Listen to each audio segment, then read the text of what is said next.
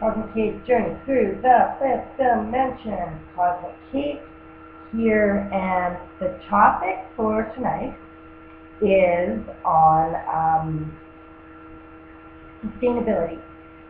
Okay, so I am on a mission. I'm on a mission to have a meeting with the CEO of Starbucks. You see, Starbucks is a company that is well known for its mandate of sustainability. However, every time I go into a Starbucks restaurant here in Winnipeg, people are sitting inside the restaurant with paper cups. I've been studying this now for a while, and I know it's a reality. Yes, some people leave with their paper cups, and that's fine. I'm not expecting everybody to have the consciousness to bring their own to-go mug. However, Starbucks has a platform, and they could be encouraging people to, for instance, or for one, starting with training their baristas to ask the general public if they are to stay or to go. And if they are to stay, if they mind that we use a ceramic cup. Well, most of the public will say, yeah, of course, that makes perfect sense. However, most of the public does not think twice. So what we have is we have this massive, outrageous amount of waste. Most people walk in, the baristas don't ask if they want for here to go. They default to the paper cup. They receive their paper drink.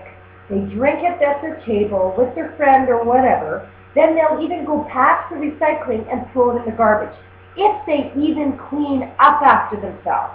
Now that's a whole other can of worms that we don't even need to get into, because somewhere along the lines we have this mentality that there's janitors that are picking up after us.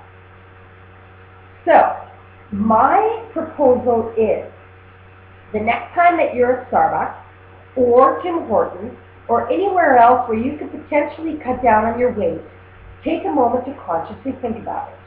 If it's a case where you could ask for a ceramic cup, think about that paper that cup is saving, and how many trees are smiling and thanking you, who, by the way, are the ones that are providing us our oxygen. So the more we waste, the more we have an inability to breathe. Okay, so let's just get clear about where our priorities are here. And the other thing is, I teach in various schools. I go from school to school, and I'm always in different classrooms. I always look in the recycling bin and notice that there's always just a pretty good, a fairly healthy stack of paper that is blank on one side. So I always look through, and whatever's blank on one side, I take out and I amass a pile for myself. Now, I may cut that into fours and do a little mini lesson with the kids, because anytime I get them drawing, it just gets them totally engaged, which is awesome. Or I just take it home, do my research, journal it onto that paper, and at least then I feel like we're saving a step. Now, people, the trees are limited on this planet. Fossil fuels are limited on this planet. Our time here is extremely limited on this planet, unless we get a massive, massive shake-up in our consciousness around sustainability. There was about 8 or 10 years ago, I lived on a sustainable development ranch in Costa Rica, where there was up to 20 people staying at the lodge.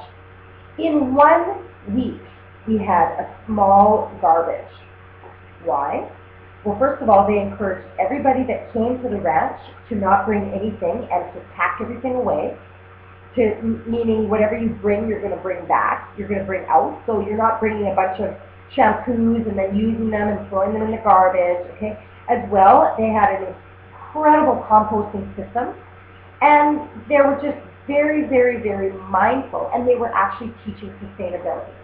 So please, people, encourage your children to not buy things that could be thrown away. You know, in an age when people used to fix things, now we're so used to throwing them away. I could go into statistics, one of them being that I think